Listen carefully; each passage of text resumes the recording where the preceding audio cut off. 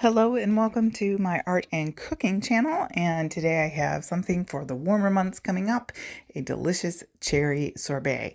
And here are some of the ingredients I used from Costco, these organic sweet cherries and some organic cane sugar. You could experiment with some other things, other fruits, other sugars, and a little lemon juice that was not in that picture. So I've got my scale out here because this is all going to be in metric here. I've got for the sugar, it's going to be 125 grams of castor sugar, or what we would say in America, cane sugar or granulated sugar. And I use the either Azure Standard or Whole Foods has a great price on the organic kind. You could, like I said, try it with maybe some monk fruit, something like that. I would use less than that if you're using monk fruit or an alternative sugar because it tends to be sweeter.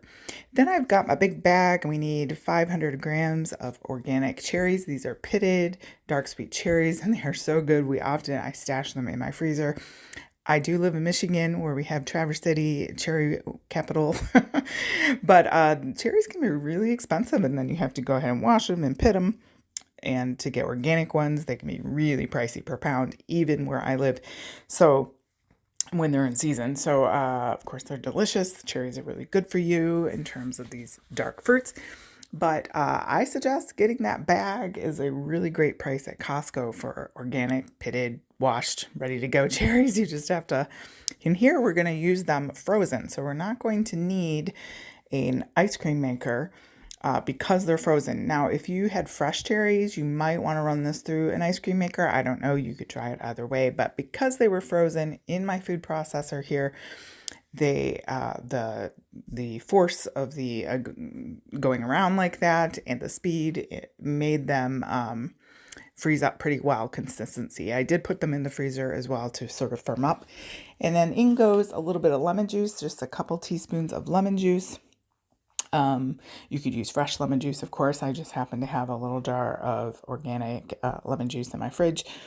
And you could do lime as well. Lime and cherries are really great together. Use what you have. That's the thing there. So just a little bit of acid to cut through that sweetness. And look at that beautiful consistency. I did stick my finger in there. Sorry, guys. Got a taste test, quality control. Anyways, so I just purchased, I will try to remember to leave a link below for these ice cream containers. I do have a couple others, but I think I like these better. And it comes in a set, and my husband is a big ice cream eater. So we make ice cream. And so it was nice to have a few extra containers anyway, and they had a pretty decent seal. It doesn't last long in our family, so in terms of super airtight, but you could put it in whatever container you have.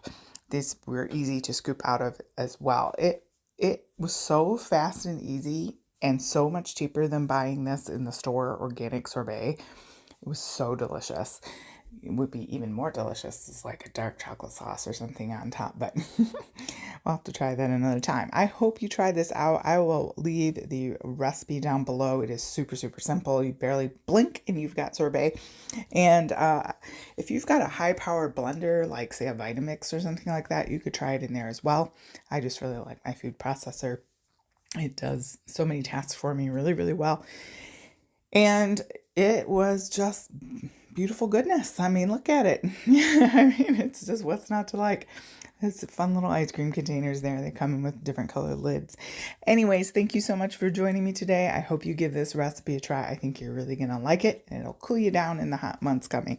Have a great day. Hit like, share, subscribe, hit the bell, all the things. See you in the next video.